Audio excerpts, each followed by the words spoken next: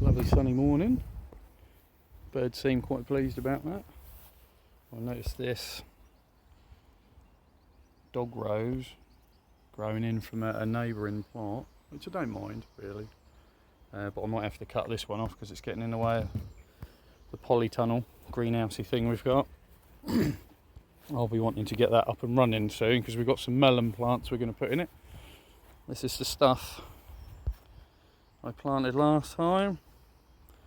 I was quite happy.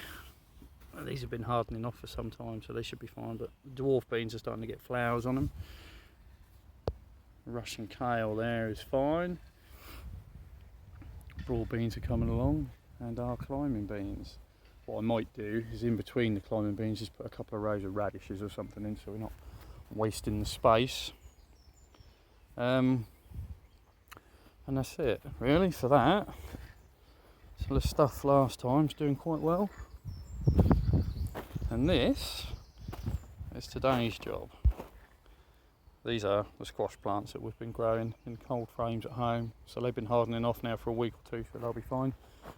So time to start putting them in where this weed control fabric is. And I'm probably going to take that section up first because that's been down the longest.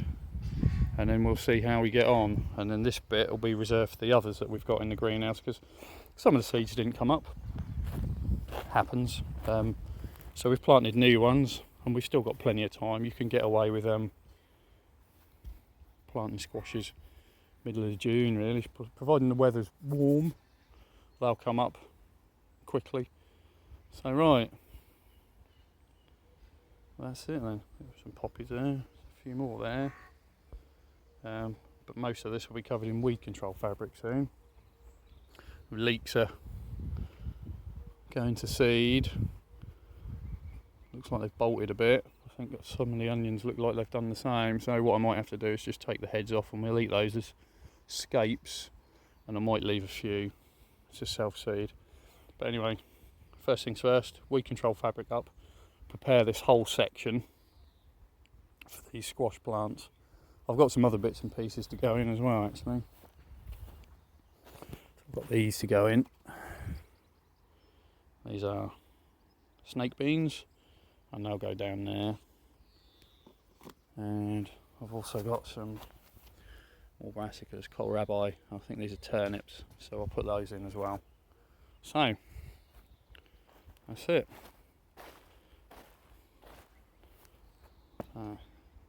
Hopefully it won't be too much work. I'll take the weeds from the edge, but underneath should be pretty much bare earth, and I'll rake it over, give it a bit of a rough up with my little hand cultivator, and there we go. Should be ready for planting then. Alright, I'll make a start I think. Okay, so I've moved the weed control, piled it up there, I'll move it about, put it where I want it in a bit, and you can see there's not really a lot of work to do. There's a lot of bare patches of earth. My main problem is this stuff here. It's like grassy stuff where it's dead, but it comes up fairly easy. And if I go over it with a rake, you can see it's not going to take much. So that's one of the reasons we switched to using weed control. It's time. Obviously it's going to take me a lot less time now to prepare this bed. I'll give it a rake over, earth up the sides like I did with the borlotti beans, like I always do with squashes, plant them. So it saved me a couple of hours of work basically. And obviously I'm not digging it over. I mean, every year I used to come down in spring and start at the top of the plot and work my way down to the bottom and just dig over everything. But we don't do that now because it's much better for the soil. You're not digging it over and constantly exposing all the bugs and the microbes that break it all down. So the soil structure is improving down here everywhere where we've put the weed control fabric down. So that's another good reason for doing it. Right, better get on then. Right, so squash bed is prepared and I've started laying out some squashes. I'll move them about a bit probably because we've got a lot more to go in. But that's what that bit will be for. So yeah, and there's a lot of space between them, but they will fill this bed up quite quickly. I mean, those two there, for example, they're uchikuris. Some people call them patty morans. They're a really nice squash, really sweet flavour, but they trail and they'll go all over this, probably this way as well. So yeah, you'd be surprised how much space these plants will take. I mean, by August, September time, a lot of the trailing ones, like the white pumpkins and that, we've got to probably be all over the rest of the plot as well. So what else have I done? So under these cages I've planted some kohlrabi and turnips. The turnips probably didn't need to be under these, to be honest with you. They generally aren't pestered by too much down here, but the kohlrabi will be. They'll obviously, butterflies will get them because they're a brassica, and the pigeons will come and have a go at them as well. So, and I've planted my snake beans, but I'll show you that in a bit. First courgette in, and you might be able to see that I've put it in a slight dip. That's because when I water it, I want all the water to go to the roots. This one looks a bit floppy, but it will pick up, and we have got a couple more to go in as well. But for now, it's just planting squashes, and that's really easy. All you do is dig a hole. Generally speaking, you want to plant, if you can, in a bit of a depression, or plant the thing lower in the ground so that the water will pool around the roots. So let's see if I can get this out of the pot. See what the roots are like. There we go. There. So you can see the roots nice and healthy, and I'm just going to pop it in there and probably raise it up a little bit because I don't want it to rot. But what will happen is that when I water it, the water will sit and pool around the roots, and then once the plants get bigger, we don't have to worry about that, as I said before, because I've earthed up the sides. You can see there's a bank that runs all the way around and then down that way and then back up. And what I'll do is, when it's watering time, I'll just put the hose along that edge all the way along and just let it run and flood the area basically. And that's how I've been growing squashes for years, and we always get a good crop. So okay, one uchikuri plant in, so I'll get the rest in. Oh, that one's fallen over, and then move the weed control fabric about, and that'll probably be me done for the day. Right, next one. So you want to give your squashes a good amount of space between each plant. I mean, sometimes up to even a metre for the larger plants, but it depends what you're growing. So it looks like I've given ours a lot of space, but they will fill it really quickly. Right, so that's probably a bit too deep. Let's see if I can coax this one out of its pot. And like I've said previously, if you're having a bit of trouble with your squashes, it's not too late to plant some more, because they will come up really quickly in this weather, especially if you've got a greenhouse or a cold frame or even a good sunny windowsill, and they will come up fast, and within a couple of weeks they'll be big enough that you can put them out into the ground. And you don't have to have an allotment either. I've seen people grow them in very relatively small areas. We don't want that in there. Look, a little bug. That will be a beetle larvae, probably a ground beetle. There we go, that's it. So I've probably put a good 45 centimetres between these two plants, and they'll trail into the bed. That one, again, there'll be about 45 centimetres, and I'll do that all the way along and see what space I've got left, and maybe grow some more stuff, I guess, for the ground. But we have got a lot more squash plants in the greenhouse, which will be ready to plant out in a week or two's time, I hope. Maybe a bit longer, but I think we'll get away with it. Right, I'll carry on planting my squash then. Okay, So that's the squash plants planted. There's still some gaps, but I've left those because, like with the end there, we've still got some uchikuri squash to come down here, but they're smaller plants at the moment. And we've got some others, like the pumpkins that we grow for Halloween and what have you, and just, you know, eating as well.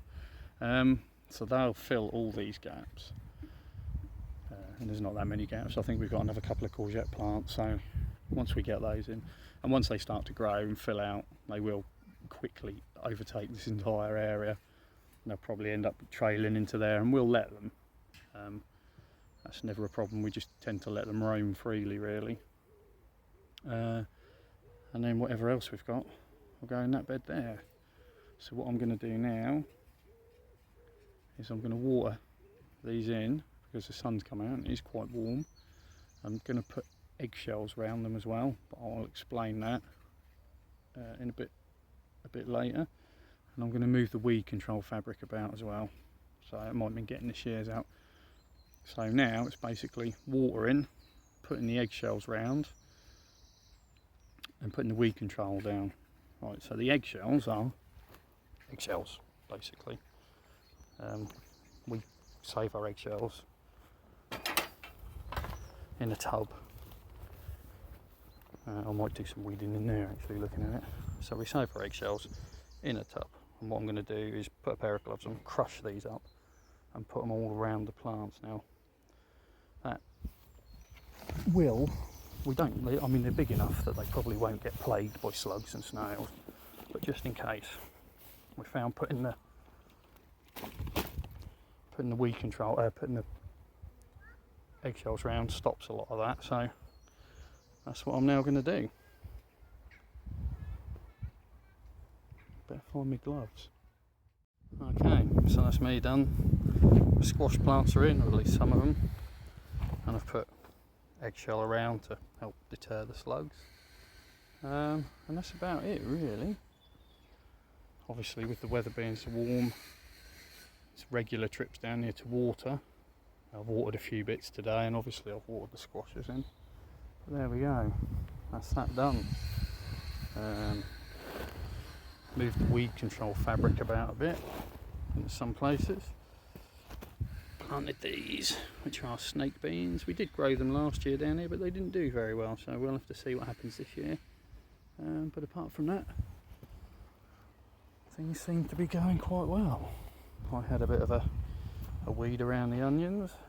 I don't know if they're going to get that big this year, but they'll still be usable. And these spuds seem to be doing well. Let's see, little clusters of flowers coming on them now. They look quite pretty, but obviously they don't really add anything to the crop, although you can let them go to seed and you end up with like a little berry which you could plant. And that's about it, really.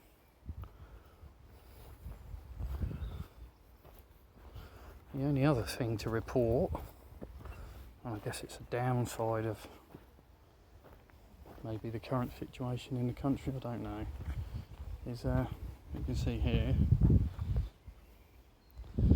I've had to repair the fence because it seems somebody's come through from this plot, which is open, because ours is all locked up and the fences are quite high. So they've cut their way through there, maybe had a nose about. We don't keep anything of value in the shed, so we've only got like a rake and a fork and a few other bits and pieces. But they've come through here, and then at the top of the plot there where the gooseberry bush is, they've actually cut through the fence there. So in doing so, they've knocked a load of the gooseberries off the bush. So we might get some, but we won't get as many as we had hoped. And obviously the gentleman who has the plot next to ours has had some stuff stolen from his shed. So that is a downside. So my job when I get home and I'm having my dinner is to report that. Not much will happen, but it's always worth reporting it, just so the council are aware. I'll just sort of show you this last thing. This is my little patch of comfrey, foxgloves and cleavers apparently, or sticky weed. But it looks quite, well, a bit wild. I should probably get in there and tidy that up, but there we go. You can tell the difference now, it's obvious. But there we go. Ooh. Some of my grapevines survived the big chop that it had, and also got flowers coming, so we'll see what the grapes are like on that this year. Just in a demoiselle. Right, that's me done for the day. That's it really, not much more to report. Getting there. I keep saying getting there, but we are getting there. Should get a good and varied crop this year. Next time I come down, I'll probably be putting some more squashes in there, and hopefully some melon plants in the in our little polytunnel up the back there. Maybe harvesting some stuff. I'll probably take some radishes home with me actually. Save thinning them out. But there we go. That's it, all done. Okay, thanks for watching.